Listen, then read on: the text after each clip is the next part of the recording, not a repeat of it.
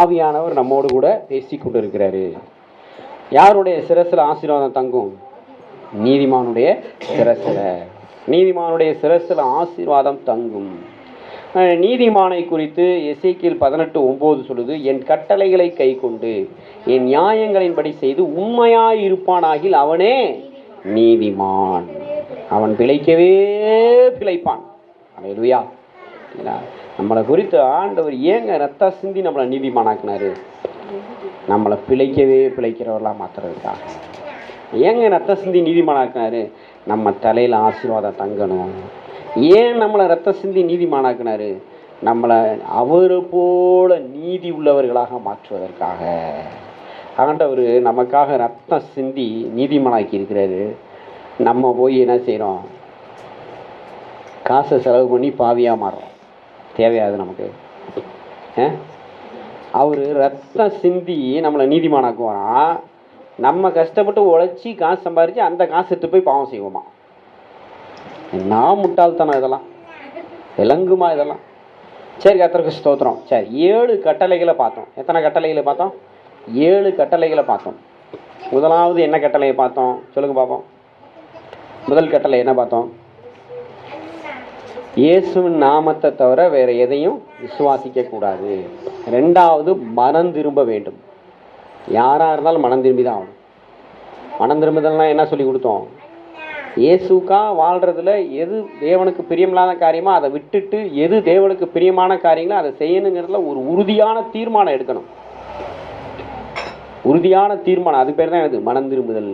3வது என்ன பார்த்தோம்? இயேசுவுக்கு சாட்சியாக இருக்கணும். கட்டளையே விளக்கு. அப்போ விளக்குங்கிறது எது? சாட்சியுள்ள வாழ்க்கையை குறிக்குது. 4வது எதை பார்க்குறோம்? 4வது இயேசு நம்மில் அன்பாக இருந்தது போல் நாமும் மற்றொரு இடத்துல அன்பாக இருக்கணும். அப்படி நம்ம அன்பாக இருந்தோன்னா நமக்குள்ள ஜீவன் பரிபூர்ண ஜீவனாகும். நாமளும் செத்தவங்களை உயிரோடு எழுப்ப முடியும். எத்தனை ஆத்மாக்கள் நீ செத்து போய் கிடக்குது, அவங்கள்ட்ட போய் நம்ம கிறிஸ்துவின் அன்பை காமிச்சா அது டக்குன்னு பிழைச்சிக்காதா? அது டக்குன்னு உயிரோடு எழுச்சிரும். அப்போ இயேசு நம்மில் அன்பாக இருந்தது போல் நாமும் மற்றொரு இடத்துல அன்பாக இருக்கணும். 4வது கட்டளை. 5வது கட்டளை, ஒழுங்கற்று நடக்கிற சகோதரரை விட்டு என்ன செய்யணும்? விலகணும். அதே நேரத்தில் அவங்கள சத்ருவா எண்ணாமல் சகோதரன் நீ புத்தி சொல்லணும். புத்தி கேட்கலையா அவங்களுக்காக நம்ம என்ன செய்யணும்? அவங்க கூட சேர்ந்து நம்மளும் வந்து என்ன இருக்கக்கூடாது? ஆடு பண்ணியாக மாறின மாதிரி மாறிடக்கூடாது. 5வது காரியம். 6வது காரியம், பிதாவின் சித்தத்தை நிச்சயமாக செய்யணும். இப்போ இந்த வாரம் பிதாவுடைய சித்தத்தில் 2வது சித்தம் பார்த்தோம். பைபிள் சரியில் சத்தியத்தை அறிகிறது, அதான் பார்த்தோம். அடுத்த வாரம் 21 சித்தமும் நம்ம பார்க்க இருக்கிறோம். அதோட இன்னும் அநேக ரகசியங்கள்லாம் கற்றுக்கொள்ள இருக்கிறோம். 7வதாக கர்த்தருக்கு பயமுண்டாகட்டும், எருசலேமில் காத்திருங்கள். ஏன் தெரியுமா? நாமெல்லாம் அந்த வாக்குத்தத்தம் உள்ள ஆவியை பெற்றுக்கொண்டு பரிசுத்த ஆவியினால் அக்னியினால் ஞானஸ்தானம் பெற்று ஆவியில் நிறைஞ்சாதான் இந்த உலகத்தை ஜெயிக்க முடியும், பிசாசை ஜெயிக்க முடியும், மாம்சத்தை ஜெயிக்க முடியும். இந்த 7 கட்டளைகளை பார்த்தோம். தேவ கிருபையினால இன்றைக்கி 8வது கட்டளையை பார்க்க இருக்கிறோம். எடுத்து நம்ம வாசிப்போம். 1 தீமோத்தேயு 1:18 எடுத்து வாசிப்போம். 1 தீமோத்தேயு 1:18.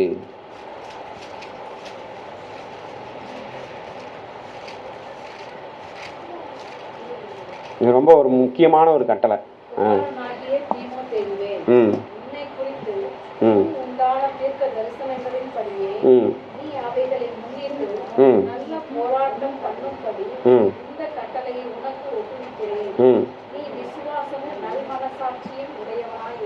பார்த்தீங்களா? இன்னைக்கு ஆண்டவர் நமக்கு கொடுக்குற கட்டளை என்ன தெரியுமா? விசுவாசமும் நல்ல மனசாட்சியும் உடையவனாயிரு. என்ன கட்டளை கொடுக்குறாரு? 1 தீமோத்தேயு 1:18. 286வது பக்கத்தில் இந்த முதல் அதிகாரத்தில் 18வது வசனம் என்ன ஆண்டவர் சொல்கிறார் அப்படின்னா, நீ அவைகளை முன்னிட்டு நல்ல போராட்டம் பண்ணு. என்ன போராட்டம் பண்ணணும்? நல்ல போராட்டம் பண்ணும்படி இந்த கட்டளை உனக்கு ஒப்பு வைக்கிறேன். நல்ல போராட்டம் பண்ணணுமாங்க. இந்த உலகத்தில் நம்ம தாயின் கர்ப்பத்தில் உருவான நாள் முதல் கொண்டு உடம்புல இருந்து உயிர் போகிற வரைக்கும் போராட்டம் என்பது என்னது? நடந்துக்கிட்டே தான் இருக்குது. போராட்டம் என்பது நடந்துக்கிட்டே தான் இருக்குது. போராட்டம் போராட்டம் போராட்டம் போராட்டம், எதுக்கெடுத்தாலும் போராட்டம். சின்ன பிள்ளைங்கள்ட்ட சொல்லுவாங்க, ஓயாத போராடி தொலைகிற அலைவர். அது எதுக்குன்னா அப்படி அடம் பண்ணுதான் அந்த பிள்ளை. போராட்டம் எதுக்கு?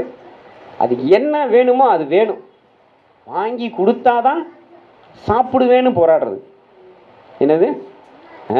வாங்கி கொடுத்தாதான் சாப்பிடுவேன், இல்லைன்னா சாப்பிட மாட்டேன் அப்படின்னு என்ன செய்யுது? போராடுகிறது. இந்த போராட்டத்தை வந்து யாராவது அவங்களுக்கு சொல்லி கொடுத்தாங்களா? அவங்களுக்கு அந்த பிள்ளைய கூப்பிட்டு உட்கார வச்சு, நீ போராட வேண்டும், சாக்லேட் வாங்கி கொடுக்காவிட்டால் நீ அழுது கொண்டே இருக்க வேண்டும், இல்லாவிட்டால் உனக்கு சாக்லேட் கிடைக்காது அப்படின்னு யாராவது சொல்லி கொடுத்தாங்களா? தானா வருது. இந்த போராட்ட குணம் எங்கேருந்து வருது? தானா வருது. சாக்லேட் வாங்கி கொடுத்து தான் ஆகணும். நம்ம எல்லாரும் அப்படி தான் வந்திருக்கிறோம். அந்த போராட்ட குணம் என்பது மனிதனுக்குள்ளே இயல்பாகவே இருக்குது. போராட்ட குணங்கிறது என்ன இருக்குது? மனிதனுக்குள்ள இயல்பாகவே இருக்குது. இந்த வசனத்தை திரும்ப ஒரு தடவை வாசிங்க. ஓ குமாரனாகிய தீமோத்தேயுவே, உன்னை குறித்து முன் உண்டான தீர்க்க தரிசனங்களின்படியே அவைகளை முன்னிட்டு நல்ல போராட்டம் பண்ணு. நம்ம எல்லாரையும் குறித்து ஒரு தீர்க்க தரிசனம் இருக்கிறது. நம்ம எல்லாரையும் குறித்து ஒரு தீர்க்க தரிசனம் இருக்குது. என்னங்க தீர்க்க தரிசனம்? புதிய ஏற்பாட்டு சபை. அந்த தீர்க்க தரிசனத்துக்கு பேர் என்னது?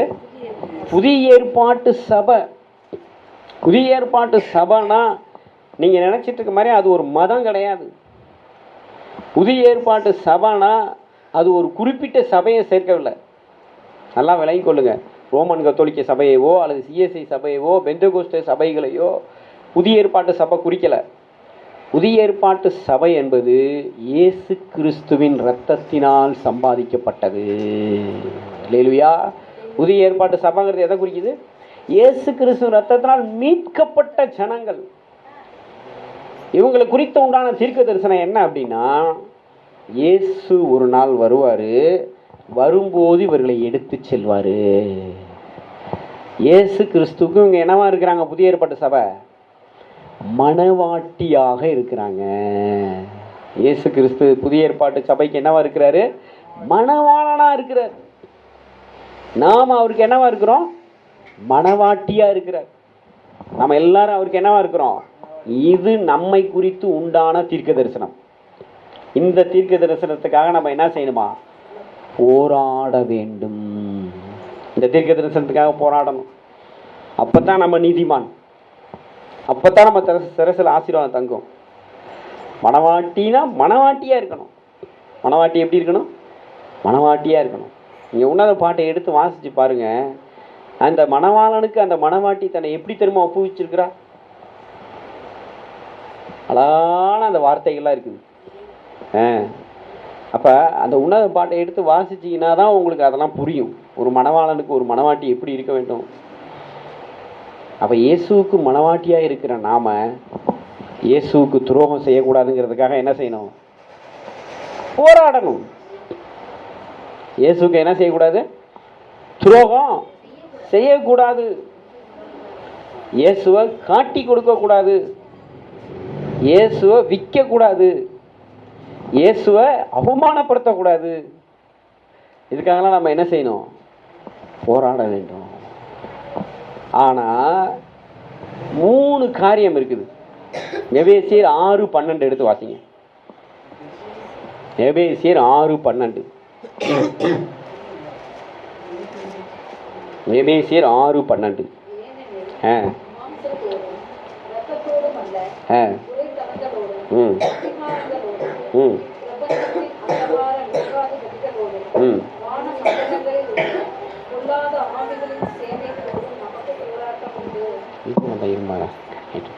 அப்போ பாருங்க, இதில் 3 காரியங்களை இந்த சத்தியத்தில் வெளிப்படுத்துறாரு. இந்த வசனத்தில் நல்லா கவனமாக கேளுங்க.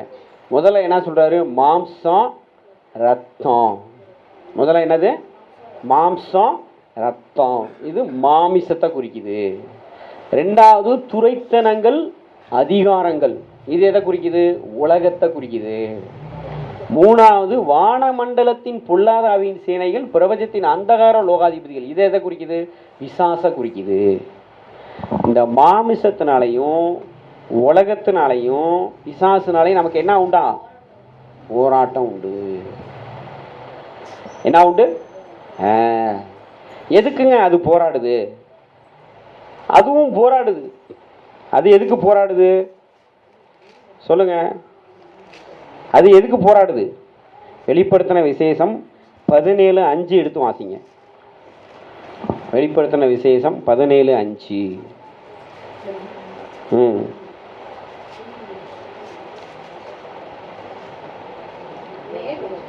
ம் ம் ம் ம்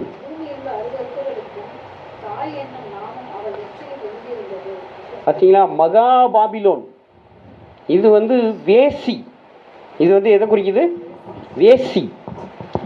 வேசியாக மாறுறதுக்காக இந்த உலகம் மாமிசம் பிசாசு உன் கூட போராடும்.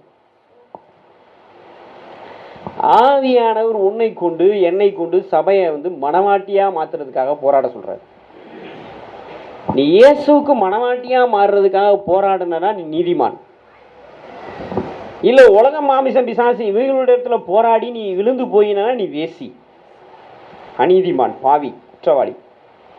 ஆண்டவர் சொல்கிறார் பாருங்க, வேசிகளுக்கு பூமியில் அருவறுப்புகளுக்கெல்லாம் அது என்னவா இருக்குதா? தாய்.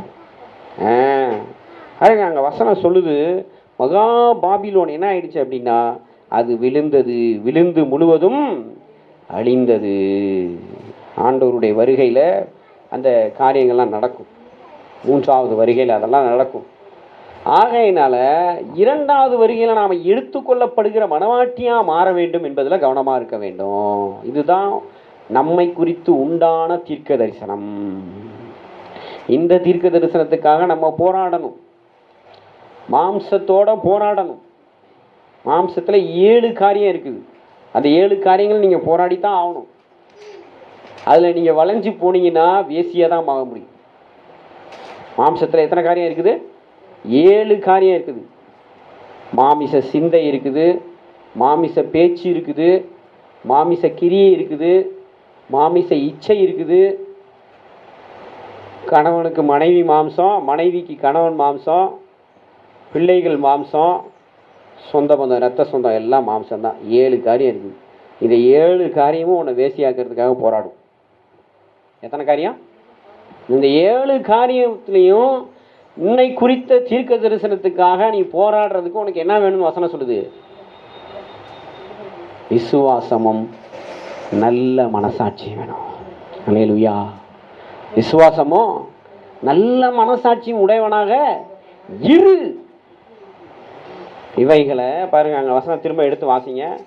1 தீமோத்தேயு 1:19 வாசிங்க. 1 தீமோத்தேயு 1:19. இந்த நல்மனசாட்சியை சிலர் தள்ளிவிட்டு விசுவாசமாகிய கப்பலை சேதப்படுத்தினார்கள். நல்ல மனசாட்சியை இழந்துட்டோம் அப்படின்னாலே விசுவாசம் போயிடும். விசுவாசம் போயிடுச்சுன்னா என்ன ஆகும்? அங்கே பாருங்க, விசுவாசத்தை கப்பலுக்கு சமமாக ஆவியானவர் சொல்கிறார். ஏன்? கப்பல் உடஞ்சிருச்சுன்னா அது முழுகிரும். உன் விசுவாசம் நல்ல மனசாட்சி இழந்துட்டுனா உன் விசுவாசம் போயிடும். நல்ல மனசாட்சிக்காக போராடு. நான் கிறிஸ்தவன், நான் மீட்கப்பட்டவன், நான் ரத்தத்தினால கழுவப்பட்டவன், நான் நீதிமான். அதை குறித்து ஒரு நல்ல மனசாட்சி இருக்கணும் நமக்கு. அதுதான் இன்னைக்கு 8வது கட்டளையை ஆவியானவர் நமக்கு வெளிப்படுத்துறாரு. இந்த 7 கட்டளைகளை திரும்பவும் நீங்கள் வச்சு ஜெபிக்கிறீங்களா? திரும்ப இதை நீங்கள் தியானிக்கிறீங்களா? அது எதுக்கு யூடியூப்லேயே நம்ம ஏற்றுறோம்? அந்த கட்டளைகளை மீண்டும் நீங்கள் அந்த செய்தியை கேட்கணும். கேட்டு அதுக்கு நீங்கள் ஒப்பு கொடுத்து செபிக்கும்போது தான் நீதிமானாக மாற முடியும். நீதிமான் சிரசில் ஆசீர்வாதம் தங்குனா அப்படியே பொதுக்கடின்னு அப்படியே விழுந்துருமா அவங்க தலையில்? இப்பெல்லாம் விழுவாது. அந்த மாதிரி மால் ப்ராக்டிஸ் வேலைலாம் ஆண்டவர் செய்யவே மாட்டார். உங்களுக்கு ஒரு வயிற்று வலியாக குணமாக்குவார், உனக்கு ஒரு பிரச்சனையாக காப்பாற்றுவார், தூக்கி எடுப்பார். அது வேற. ஆனால் நீதிமான் சிரசில் ஆசீர்வாதம் தங்கும். நீதிமான் சிரசில் ஆசீர்வாதம் தங்கும். ஆபிரகாம் நீதிமானாக இருந்தான். அவன் சிரசில் ஆசீர்வாதம் தங்கினதுனால தான் இன்றைக்கி நம்ம இங்கே உட்காந்துருக்குறோம். ஆபிரகாமின் சந்ததியார், விசுவாச மார்க்கத்தாரெலாம் யார்? ஆபிரகாமின் குமாரர்கள். நம்மளாம் ஆபிரகாமின் குமாரத்திகளாக இருக்கிறோம். அவனுக்கு கொடுக்கப்பட்ட ஆசீர்வாதத்தினால தான் இன்றைக்கி நம்ம இங்கே உட்காந்து நம்ம பேசிக்கிட்டு இருக்கிறோம், தேவனை துதிச்சிக்கிட்டு இருக்கிறோம், மகிமைப்படுத்திகிட்டு இருக்கிறோம். அப்போ நீங்கள் நீதிமானாக மாறும்போது, நீங்கள் உங்கள் தலையில் ஆசீர்வாதம் தங்கும்போது, உங்கள் சந்ததிகள் ஆயிரமான பேர் தேவனை தூச்சிக்கிட்டு இருப்பாங்க, மகிமைப்படுத்திட்டு இருப்பாங்க, லட்சக்கணக்கான பேர் உங்களுக்கு பின்னால். இது எவ்வளோ பெரிய ஆசீர்வாதம். அப்போ அந்த ஆசீர்வாதம் நம்ம சிரசில் தங்கணும்னா இந்த கட்டளைகள்லாம் ஒவ்வொன்றா நம்ம செஞ்சு தான் ஆகணும். 7 கட்டளைகள்லாம் நம்ம என்ன செஞ்சு தான் ஆகணும். இது வரைக்கும் கற்றுக்கொண்டு இருக்கிற இன்றைக்கு 8வது கட்டளை என்னது? நல்ல மனசாட்சி விசுவாசம் உள்ளவனாக இருக்கிறதுக்கு நமக்கு உண்டான தீர்க்க தரிசனத்தின்படி நம்ம என்ன செய்யணும்? போராட வேண்டும். போராடணும். மாமிசம் உங்களோட போராடும், சாசு உங்களோட போராடுவான், உலகம் உங்களோட போராடும், துரைத்தனங்கள் அதிகாரங்கள் பண்ணும். இன்னைக்கு செல்ஃபோன் பார்க்காம நம்மளால் இருக்க முடியுதா? ஏன்னா அதுதான் இன்னைக்கு உலகத்தையே ஆட்சி செய்யுது. இன்டர்நெட், அதுக்கு பேர் என்னது? அதுதான் பயங்கரமான ஒரு துரைத்தனம் இன்னைக்கு இன்டர்நெட்டு. இப்போ பாருங்கள், கரண்ட் இல்லைன்னு வைங்களேன், மனுஷன் பிறக்கிறது சாகுற வரைக்கும் இன்றைக்கி என்ன தேவைப்படுது? ஒரு காலத்தில் கரண்ட் இல்லைன்னா மனுஷன் வாழவே முடியாது. பாருங்க, குழந்தைங்க பிறந்தவுடனே அதுக்கு உடம்பு முடியாமல் போயிடுச்சு, இங்குபேட்டரில் கொண்டு போய் வைக்கிறான், அதுக்கு என்ன வேணும்? செத்ததுக்கப்புறம் பாடியை கொண்டு போய் ஃப்ரீசரில் வைக்கிறான், அதுக்கு என்ன வேணும்? பிறக்கிறது சாகுற வரைக்கும் கரண்ட் இல்லாமல் என்ன செய்ய முடியாது. ஏன்னா இன்றைக்கி அதுதான் மனித உலகத்தையே அதுதான் என்ன பண்ணுது? கிங்டம் பண்ணுது, அதுதான் டாமினேட் பண்ணுது, துரைத்தனம் பண்ணுது. கரண்ட் இல்லைன்னா அவர் என்ன சொல்கிறான்? அடிப்படை வசதி இல்லாத நகரங்கிறான். புரியுதா உங்களுக்கு? அவர் ஒரு எலக்ட்ரிஷியன், அவருக்கு நல்லா தெரியும். கரண்ட் இல்லைன்னா ஒன்றுமே செய்ய முடியாதுங்க. ஒரு நாள் பூரா இன்றைக்கி கரண்ட் போயிடுச்சுன்னு வைங்களேன், நம்மளால் என்ன செய்ய முடியும்? மமைக்க பிடிச்சி பேச முடியுமா? அது ஒரு துரைத்தனம். ஏன் தெரியுமா? அது இருந்தால் தான் நீ டிவியை போட்டு பார்ப்ப, அது இருந்தால் தான் நீ செல்ஃபோனை சார்ஜ் போட்டு பார்ப்ப. அது இருந்துச்சுன்னா நீ என்ன செய்வ? செல்ஃபோனை பார்த்து பார்த்து நாசமாக போவ. செல்ஃபோனை பார்த்து பார்த்து நாசமாக போவ, டிவியை பார்த்து பார்த்து நாசமாக போகலாம். ஆனால் ஆண்டவர் சொல்கிறாரு, அந்த மாதிரி துரைத்தனத்தில் போய் நீ என்ன செய்யணும் அப்படின்னா, என்ன பாரு அப்படிங்கிறார். அல்லேலூயா. என்ன பார்க்கறதுக்கு நீ போராடு. டிவியை போட்டு வசனத்தை கேளு, ஆவிக்குரிய பாடல்களை கேளு.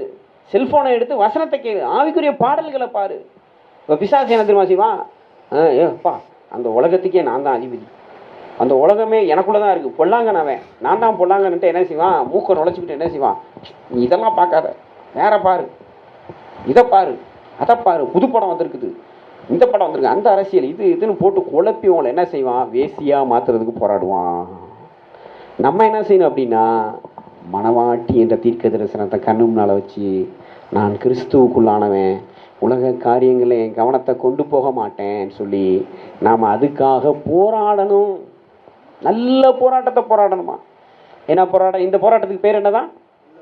நல்ல போராட்டம். அதை குறித்து தீமோத்தேயுவுக்கு எழுதுகிற நிருபத்தில் எழுதுறாரு பாருங்க. 2 தீமோத்தேயு 4:7 எழுதுங்க. 2 தீமோத்தேயு 4:7 எடுத்து வாசிங்க.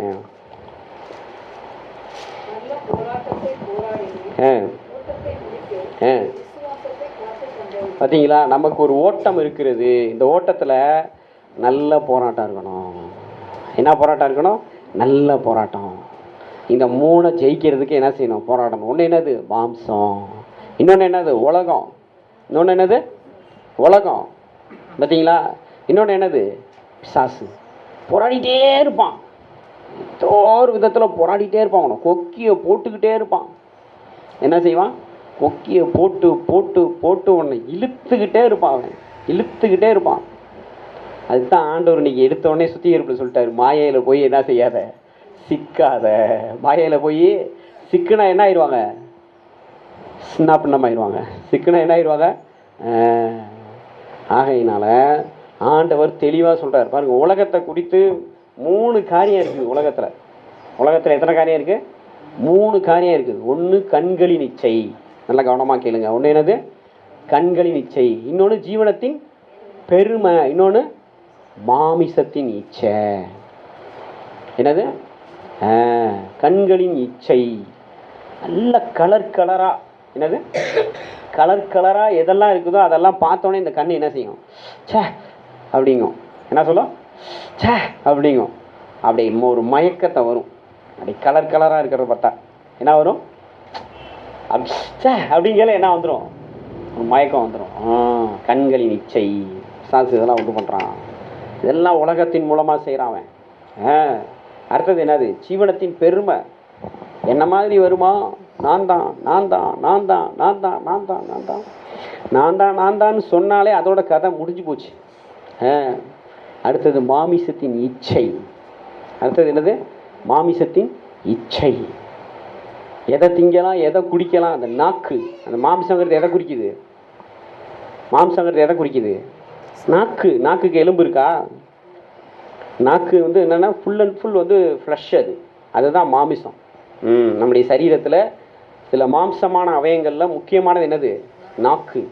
நாக்கை நம்ம வந்து கண்ட்ரோலாக வச்சுக்கல அப்படின்னா நீ 100 வயசு வரையே வாழ வேண்டியவன் 30 வயசுலேயே செத்துருவேன். எதையாவது குடிக்கிறது, எதையாவது திங்கிறது, அப்புறம் என்ன ஆகும்? ஆயுசு காலம் போயிடும். விஷத்தை கொஞ்சம் கொஞ்சமாக சாப்பிட்டா என்ன ஆகும்? விஷத்தை கொஞ்சம் கொஞ்சமாக சாப்பிட்டா என்ன ஆகும்? முடிஞ்சிடும். கொஞ்சம் கொஞ்சமாக சாப்பிட்டா கொஞ்சம் கொஞ்சமாக போயிடும். அவ்வளோதான், வாழ்க்கை போயிடும். என்னென்னா நேற்று நல்லா இருந்தார், இன்றைக்கி ஆள் முடிஞ்சிடுச்சுங்க. என்ன ஆக பண்ணுறது?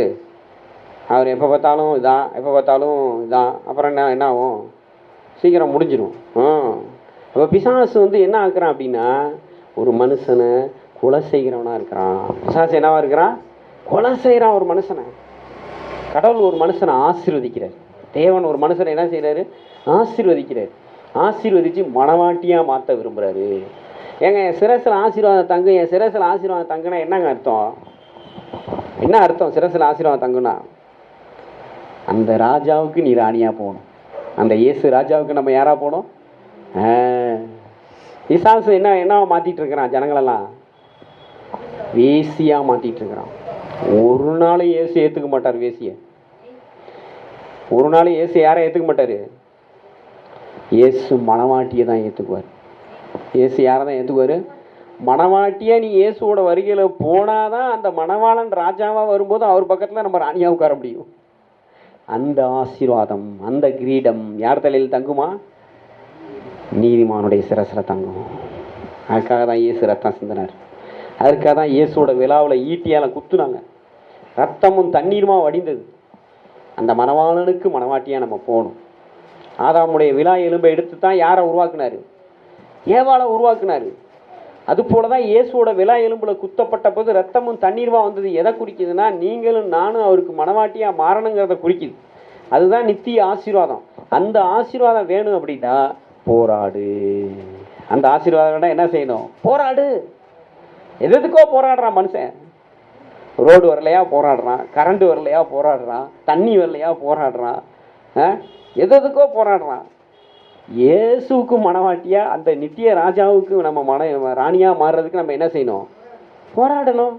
போராடணும். நல்ல போராட்டம் போராடணும். இந்த போராட்டத்துக்கு பேர் என்னது? நல்ல போராட்டம்.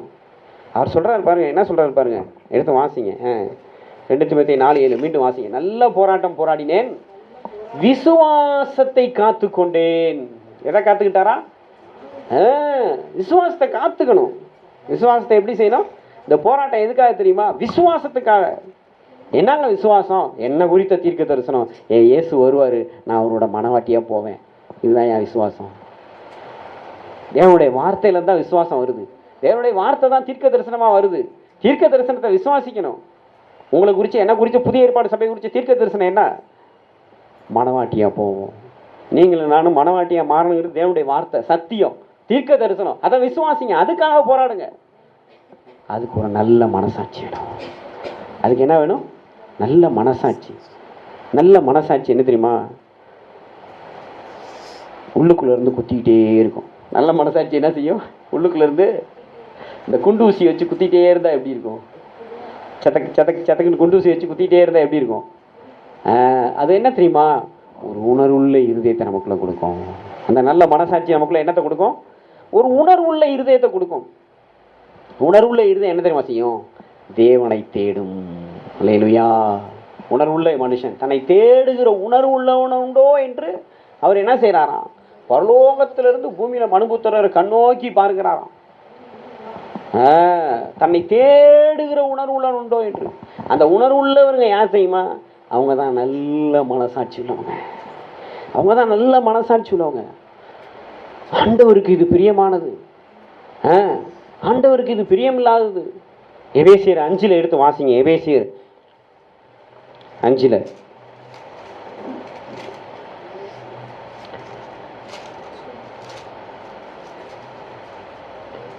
எபேசியர் 5:1 எடுத்து வாசிங்க. ம் ம் ம் எபேசியர் 5:1 என்ன சொல்லுது? பிரியமான பிள்ளைகளை போல தேவனை பின்பற்றுங்கள் சொல்லுது. 5:10 என்ன சொல்லுது? 10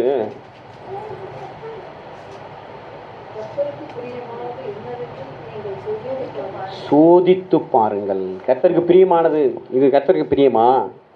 சோதிச்சு பார்க்கணும். எதுவாக இருந்தாலும் சோதிச்சு பார்க்கணும். அந்த நல்ல மனசாட்சியிலும் சோதிச்சு பார்ப்பான். இது கர்த்தருக்கு பிரியமா?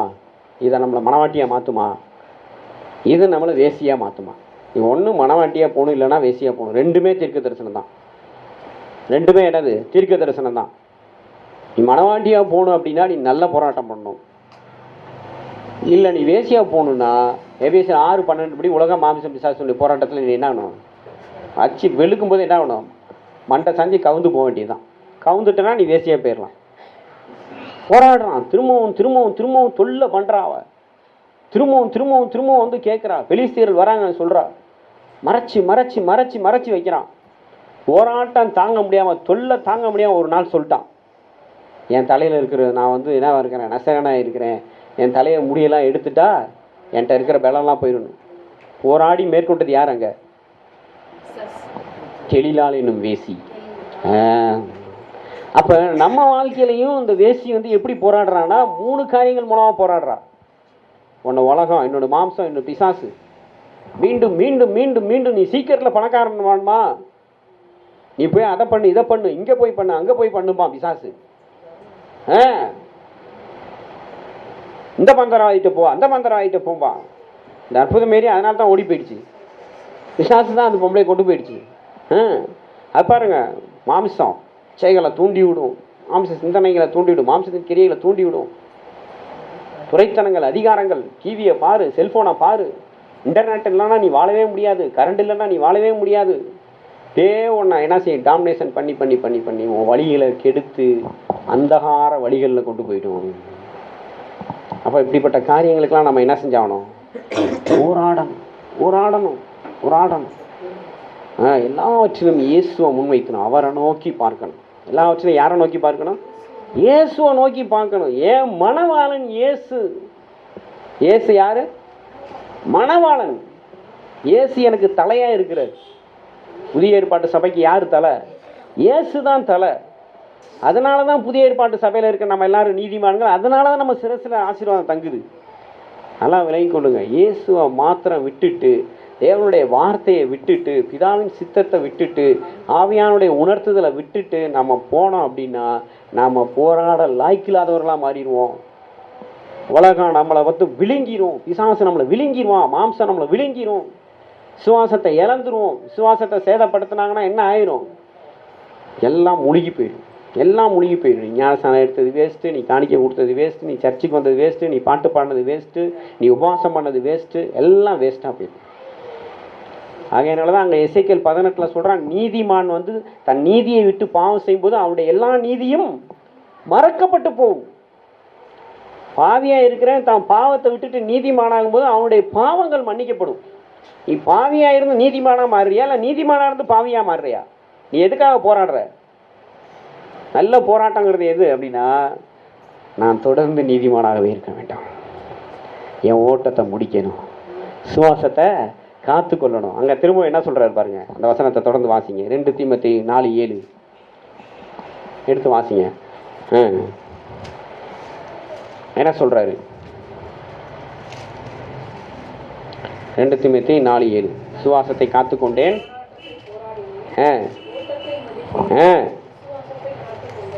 அடுத்த வசனம், இது முதல் நீதியின் கிரீடம் எனக்காக வைக்கப்பட்டிருக்குது. கிரீடத்தை எங்க வைப்பாங்க? கிரீடத்தை எங்க வைப்பாங்க? நீதிமானுடைய சிரசுல கிரீடம் தங்கும். நீதிமானுடைய சிரசுல ஆசீர்வாதம் தங்கும். நீ நல்ல போராட்டம் போராடணும். நல்ல போராட்டம் போராடணும். தூங்கும்போது இயேசுவேன்னு தூங்கணும். எந்திரிச்சா இயேசுவேன்னு எந்திரிக்கணும். பைபிளில் வாசிக்க முடியும்னா வாசிக்கணும். பைபிளை வாங்கணும். நான் கடந்த பல வாரங்களாக சொல்லிகிட்டே இருக்கிறேன் தம்பிங்கள்கிட்ட, பைபிளை வாங்குங்க, பைபிளை டெய்லியும் படிங்க. யூடியூப்பில் போய் என்ன செய்யுங்க, ஆண்டவருடைய பாடுகள் அந்த காட்சிகளை பாருங்கள். உங்களுக்கெல்லாம் அமுச்சு கொடுத்தேன், திரும்ப திரும்ப அதை பாருங்கள். வசனங்களை கேளுங்க, பாடல்கள் ஃபாதர் பெர்பான்ஸ் பாடல்கள்லாம் பாடுங்க, நல்லா கேளுங்க கேளுங்க. நல்ல அபிஷேகத்தில் நிரம்புங்க, சத்தியத்தில் நிரம்புங்க, வசனத்தில் நிரம்புங்க, துதியில் நிரம்புங்க. ஆண்டவரை துதிங்க, நல்லா ஆண்டவரை நல்லா உயர்த்துங்க. உங்கள் வாழ்க்கையில் இருக்கிற கட்டுகள் அறுக்கப்படும், வாழ்க்கையில் இருக்கிற சாபங்கள் மாறும். கல்வாரி சிலுவையில் இயேசு பட்ட பாடுகளையும் அவர் பட்ட பாடுகள் அவருடைய மரண அடக்கம் உயிர்த்தெழுதல்னால உண்டாகக்கூடிய ஆசீர்வாதங்களை நல்லா சொல்லி சொல்லி சொல்லி சொல்லி சொல்லி சொல்லி அறிக்கை செஞ்சு தேவனை துதிங்க, மகிமைப்படுத்துங்க. வாழ்க்கையில் இருக்கிற எல்லா சாபங்களும் போயிடும், வாழ்க்கையில் இருக்கிற எல்லா பாவங்களும் போயிடும், வாழ்க்கையில் இருக்கிற எல்லா இருளும் போயிடும். ஏன்னா எந்த மனுஷனையும் பிரகாசிக்க பண்ணுகிற மெய்யான ஒளி இயேசு தான். கல்வாரி சிலுவையில் அக்கினியை போட வந்தார். அந்த அக்கினி உனக்குள்ளே பற்றி எரியும் போது இருள் உன்னை விட்டு போயிடும், சாபம் உன்னை விட்டு போயிடும், பாவம் உன்னை விட்டு போயிடும், பிசாசு உன்னை விட்டு போயிடுவான். ஆதியாகமம் 3:15 சொல்லுது, இயேசு பிசாசின் தலையை நசுக்கிட்டாரு. வசனம் சொல்லுது. அப்படின்னா என்ன அர்த்தம்? இனி உனக்கு தலை இயேசு தான். இனி உனக்கு தலை யாரு? இயேசு தான். அதனுடைய அர்த்தம் அதுதான். அதுக்காக அவன் தலையை நசுக்கிட்டாருன்னா அவன் தலையை சட்னி ஆக்கிட்டாருன்னு கிடையாது. இனி உனக்கு தலை யாரு? புதிய ஏற்பாட்டு சபைக்கு தலை யாருங்க? இயேசு தான். இயேசுவோட சிரசில் பாருங்க, வேதம் சொல்லுது, எடுத்து வாசிங்க. வெளிப்படுத்தின விசேஷம் 19ஆம் அதிகாரம்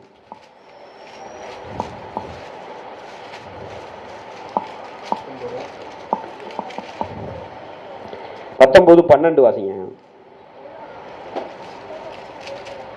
அவருடைய கண்கள் அக்கினி ஜுவாலையை போலிருந்தன, அவருடைய சிரசின் மேல் அநேக கிரீடங்கள் இருந்தன. அல்லேலூயா. இயேசுவோட சிரசில் எத்தனை கிரீடம் இருந்துச்சா? அநேக கிரீடங்கள். அப்போ அவருக்கு எவ்வளோ ஆசீர்வாதத்தை பிதா கொடுத்துருக்கிறார் பாருங்க. இப்போ அந்த ஆசீர்வாதத்தில் நீங்களும் நானும் பங்குள்ளவர்களாக அவருடைய மனைவியா, அவருடைய ராஜாத்தியா, அவருடைய ராணியா மாறணுங்கிறது தான் உங்களையும் என்னை குறித்த தீர்க்க தரிசனம். அதுக்கு ஒரு நல்ல மனசாட்சி வேணும். என்ன வேணும்? நல்ல மனசாட்சி வேணும். நீங்கள் மனசாட்சியை மட்டும் வித்துட்டீங்க அப்படின்னா உங்களை காப்பாற்ற எவனாலையும் முடியாது.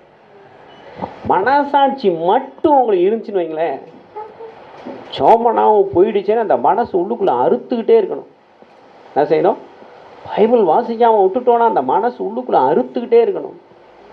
ஒரு தப்பாக செஞ்சுட்டோம் அப்படின்னா உள்ளுக்குள்ளே மனசு அறுத்துக்கிட்டே இருக்கணும். நான் இப்படி செஞ்சுட்டேன் உடனே போய் மனக்கசு தேவசமூகத்தில் விழுந்து கண்ணீர் விட்டு கதறி ஒப்பு கொடுத்து ரத்தத்தால் கழுவப்பட்டு மீண்டும் அதை தொலைச்சி கட்டிட்டு நீதிமானும் தலை நிமிர்ந்து நிற்கிற வரைக்கும் போராடணும்.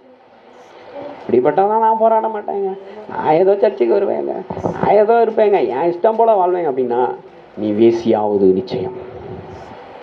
வேசிக்கு என்னாச்சு? எல்லாம் அழிஞ்சி கடைசியில் நரகத்தில் பாழாக்கப்பட்டான். அருவருப்பு ஒன்றும் என்ன செய்ய முடியாது, அந்த புதிய எருசலேமுக்குள்ள நுழைய முடியாது. பரலோகத்துக்குள்ள அருவருப்பும் தீட்டுள்ளது ஒன்றும் நுழைய முடியாது. ஏன்னா அந்த வேசிக்கு பேர் என்ன தெரியுமா? பூமியுள்ள அருவருப்புகளுக்கெல்லாம் தாயே அவதானம். அது எப்படி பரலோகத்துக்குள்ள நுழைய முடியும்? எடுத்து வாசிங்க. வெளிப்படுத்தின விசேஷம் 21:27 எடுத்து வாசிங்க. 21:27.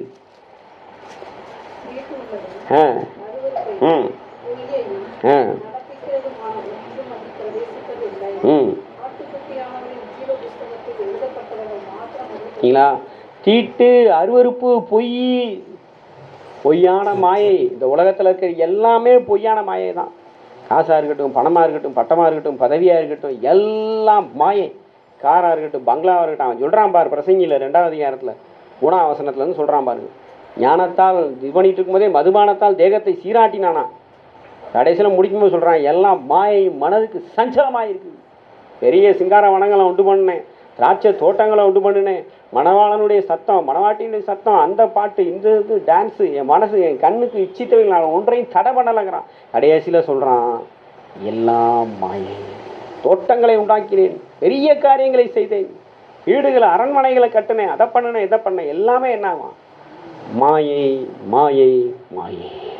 அப்படிப்பட்ட பொய்யே, அதுதான் அந்த பொய்க்கு தான் அந்த விளக்கத்தை சொல்கிறேன் பாருங்கள், நல்லா கவனமாக கேளுங்க. பொய்யை நடப்பிக்கிறதுமாகிய ஒன்றும் அதில் ஆட்டுக்குட்டியானவரின் ஜீவ புஸ்தகத்தில் பேர் எழுதப்பட்டிருக்கிறவர்கள் மாத்திரம் அதில் பிரவேசிப்பார்கள். இந்த வசனம் எவ்வளோ ஆணித்தரமாக சொல்லுது பாருங்க. ஆட்டுக்குட்டியானவரின் ஜீவ புஸ்தகத்தில் எழுதப்பட்டவர்கள் மாத்திரம் அதில் பிரவேசிப்பார்கள்.